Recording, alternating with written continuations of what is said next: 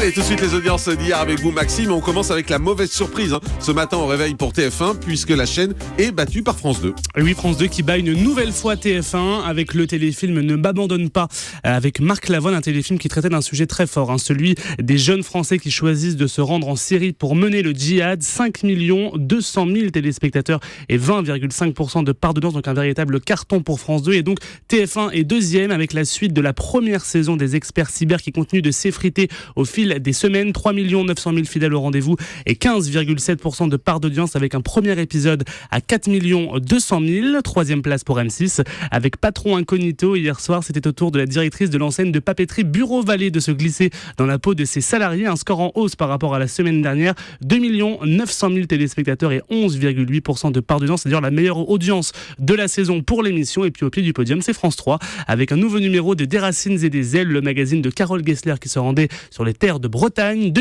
800 000 voyageurs et 11,5% de part d'audience, un score dans la moyenne du magazine. Et puis on jette un œil du côté des audiences de la TNT cette fois. Eh bien, une chaîne dépasse le million, c'est TMC avec le lancement de sa série Événement Gotham qui a cartonné 1 200 000 téléspectateurs et 4,9% de part d'audience, donc un lancement très encourageant pour cette série. Et puis les autres chaînes sont sous les 700 000. Et puis on jette un œil du côté des audiences de deuxième partie de soirée. Eh bien, France 2 poursuivait sa soirée spéciale avec le débat Qui sont ces jeunes qui partent faire le djihad, présenté par Julien Bugier. Et là encore un très beau score, 3 500 000 téléspectateurs et 20,9% de part d'audience. Deuxième partie de soirée, 3 millions de téléspectateurs, c'est très très rare. Un très très beau score donc pour ce débat qui a vraiment passionné les téléspectateurs. Et puis les audiences de l'Access Prime Time. Du côté de l'Access, eh bien TF1 avec Money Drop repasse au-dessus des 4 millions de téléspectateurs. Du côté de France 2 avec N'oubliez pas les parents, on est tout juste au-dessous des 3 millions à 2 900 000. Et puis du côté des talk-shows, vous le disiez Jean-Marc, D8 avec Touche pas à mon poste est à 1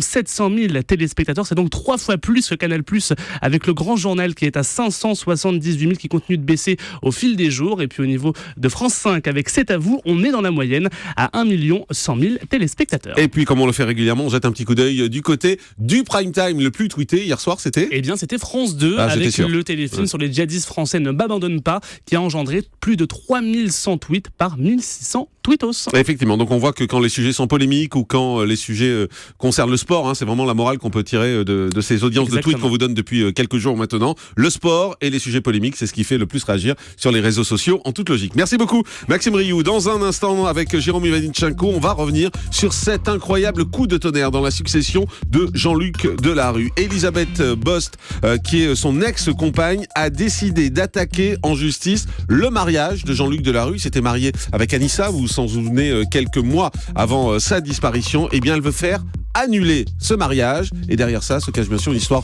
de gros sous, puisque c'est l'héritage de Jean-Luc Delarue qui est en jeu. A tout de suite sur Europe.